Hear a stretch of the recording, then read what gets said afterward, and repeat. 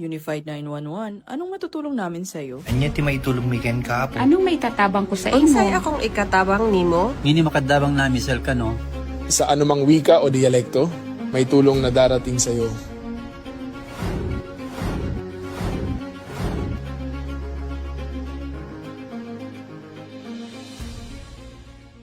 Lilingkod sa bawat Pilipino at magbibigay ng tamang impormasyon para sa tahimik at maayos na Pilipinas. Police News Network, alagad ng batas, tagapagtaguyod ng balitang pulis, sandigan ng mamamayan, patnubay ng katotohanan. La Campo Crame, maghahatid ng pinakahuling kaganapan at nagbabagang balita. Ito ang PNN Police News Network. At ngayon, ang inyong mga tagapagbalita.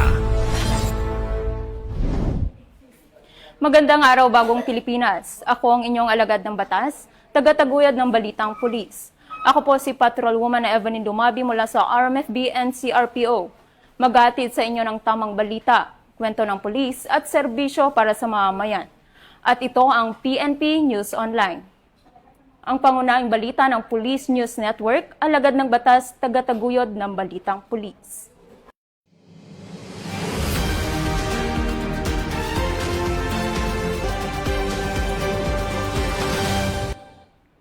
Narito ang mga balitang hatid ng ating PNN correspondents mula sa iba't ibang panig ng bansa.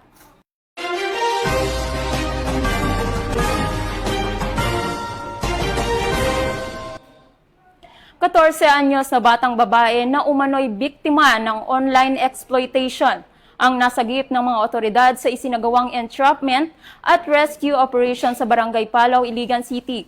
Ang nahuling suspect, kapatid ng biktima. Ang buong detalye ng report ay mula kay Patrolwoman Jane Rose Bohol.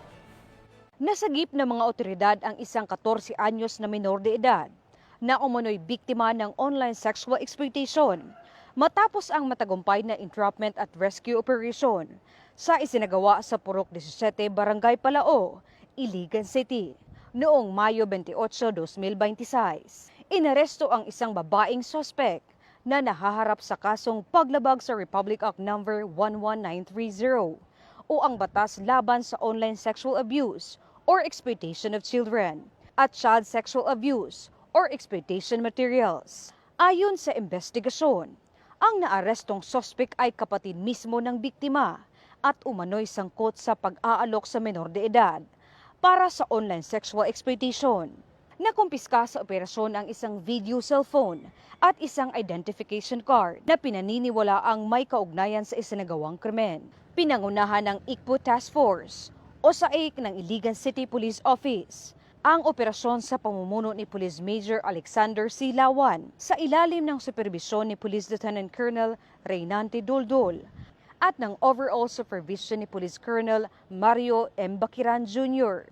Binigyang diin ng mga otoridad na patuloy nilang paiigtingin ang kampanya laban sa online sexual exploitation, human trafficking at iba pang anyo ng pang-aabuso sa mga bata upang matiyak ang kaligtasan at kapakanan ng mga kabataan sa komunidad. Mula dito sa inyong higalang pulis, Regional Office 10 Public Information Office. Ako ang inyong PNN correspondent, Patrolwoman Jane Rose Bohol, alagad ng batas, tagataguyod ng balitang pulis. Maraming salamat, Patrolwoman Bohol.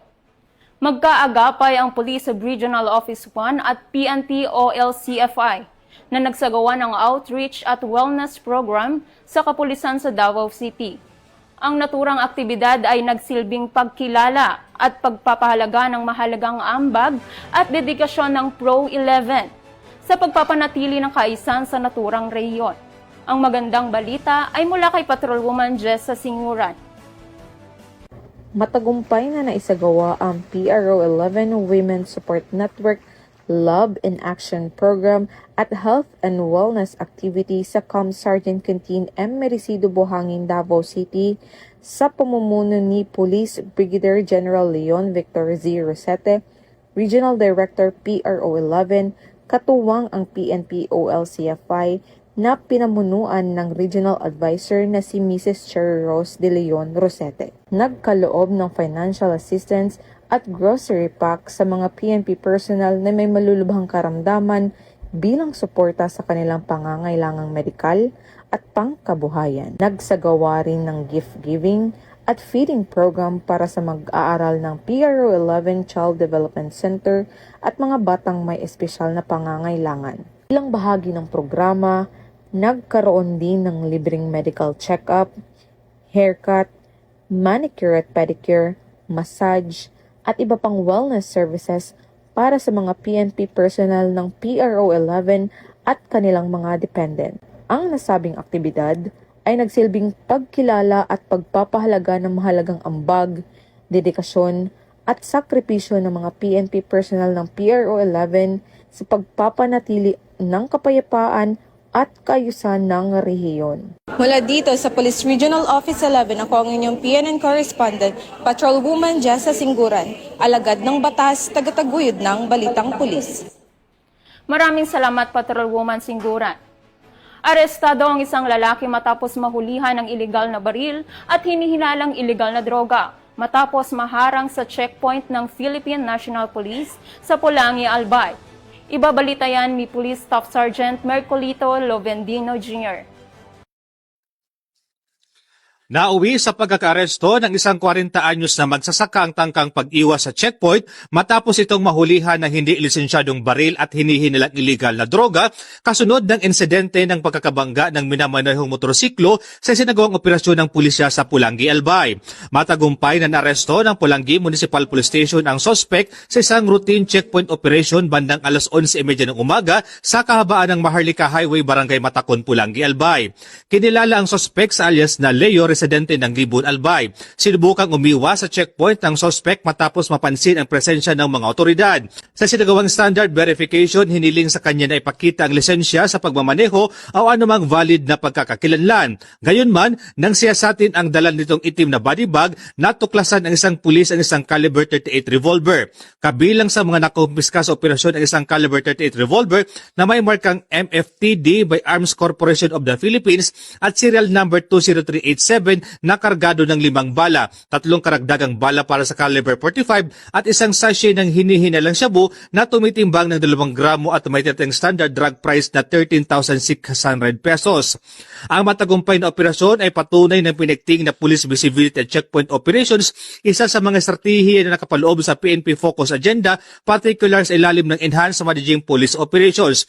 Bahagi rin ito ng mas malawak na Safer Cities Initiative na layuning palakasin ang presensya ng pulisya sa mga strategic lugar upang maiwasan ang kriminalidad at mapanatili ang kaligtasan ng publiko. Mula dito sa Bicol Region, ako po si Police Staff Sergeant Mercolito P. Lovendino Jr. Nag-uulat para sa Police News Network, Bagong PNP, para sa Bagong Pilipinas, serbisyong mabilis, tapat at nararamdaman. Maraming salamat, Police Staff Sergeant Lovendino Jr. Matapos ang 5 linggong pagsasanay sa Summer Sports Program, nagtapos ang kapulisan at kanilang mga dependents sa isinagawang aktibidad, kung saan pinangunahan ni Police Lieutenant General Bernard Banac, Deputy Chief PNP 4 Administration, sa Campo Crame, Quezon City. Nakibalita dyan si Patrolwoman Dara Falogme. Matagumpay na isinagawa ng Philippine National Police ang closing and awarding ceremonies ng 2026 PNP Summer Sports Training and Recreational Program sa Camp Crame nito lamang ika-2 ng Hunyo bilang pagtatapos ng 5 linggong pagsasanay at mga gawaing pampalakasan na nilahukan ng mga kapulisan at ng kanilang mga dependents. Layunin ng programa na isulong ang holistic development ng mga kalahok sa pamamagitan ng iba't ibang sports at recreational activities. Sa kanyang mensahe, binigyan diin ni Chief PNP Police General Jose Melencio C. Nartatis Jr.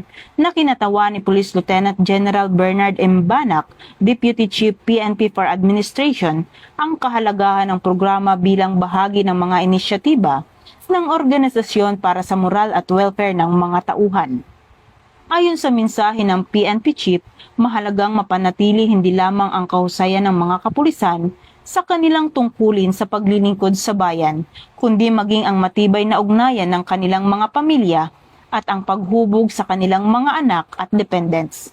Sa pagtatapos ng programa, kinilala at ginawaran ang mga natatanging kalahok bilang pagkilala sa kanilang pagsisikap at kahusayan sa iba't ibang larangan ng sports at recreational activities. Pinagtibay rin ng aktibidad ang PNP Focused Agenda sa personal morale and welfare na nagbibigay diin na ang kapakanan ng mga tauhan at ng kanilang pamilya ay mahalagang salik sa pagpapanatili ng kahusayan at kahandaan ng organisasyon sa pagtupad sa adhikaing bagong PNP para sa bagong Pilipinas, serbisyong mabilis, tapat at nararamdaman. Mula dito sa Campo Crame, ako ang inyong PNN correspondent, Patrolwoman Dara Palogni, alagad ng batas, tagataguyod ng balitang pulis. Ito ang bagong PNP para sa bagong Pilipinas, serbisyong mabilis, tapat at nararamdaman. Maraming salamat, Patrolwoman Falogme. Nasagip ang isang menor de edad na babae matapos ang entrapment operation ng Bacoor PNP. Suspect tinakot ang biktima na ikakalat ang sensitibong video kung hindi ito makipagkita sa biktima. Tinutukan yan ni Police Corporal Doris Kaisip. Nasagip ng mga otoridad ang isang menor de edad na dalagita matapos umunong takutin at pilitin ng isang lalaki na makapagkita sa kanya kapalit ng hindi pagpapakalat ng isang sensitibong video. Ayon sa hepe ng Bacoor Component City Police Station na si Police Lieutenant Colonel Alexides Samito, humingi ng tulong ang biktimang si alias Nene kasama ang kanyang ama matapos umano siyang pagbantaan ng sospek na si alias June. Batay sa kanilang reklamo, pinipilit umano ng sospek ang menor de edad na makipagkita at muling makipagtalik sa kanya.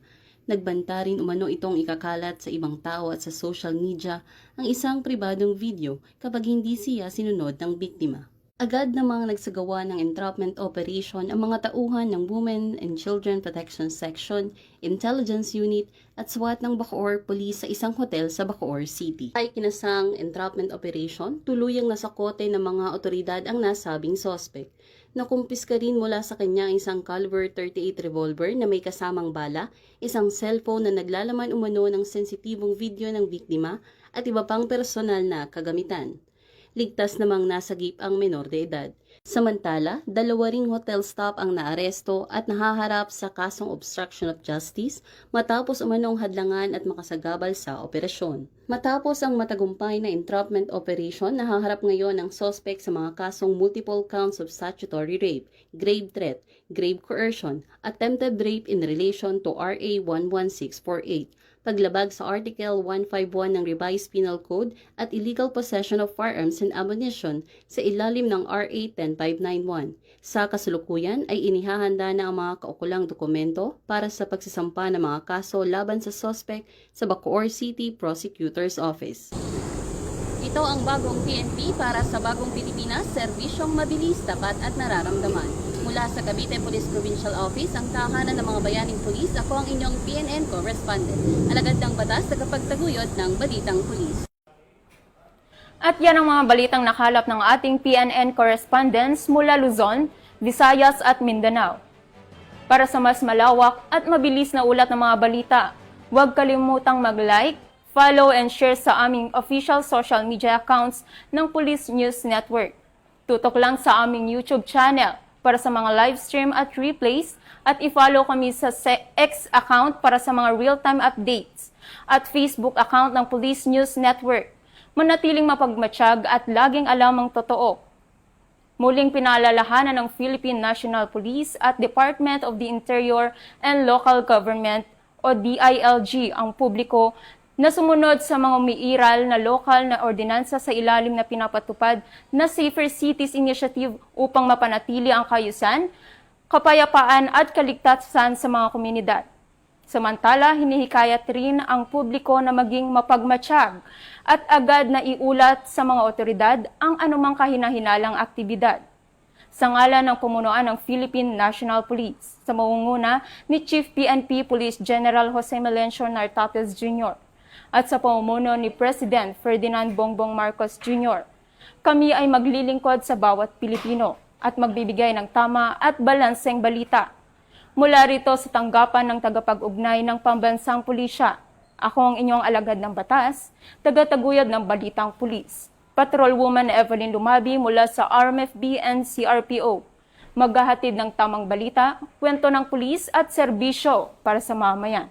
At ito ang PNP News Online, ang pangunahing balita ng Police News Network, at ito ang bagong PNP para sa bagong Pilipinas. Serbisyong mabilis, tapat at nararamdaman.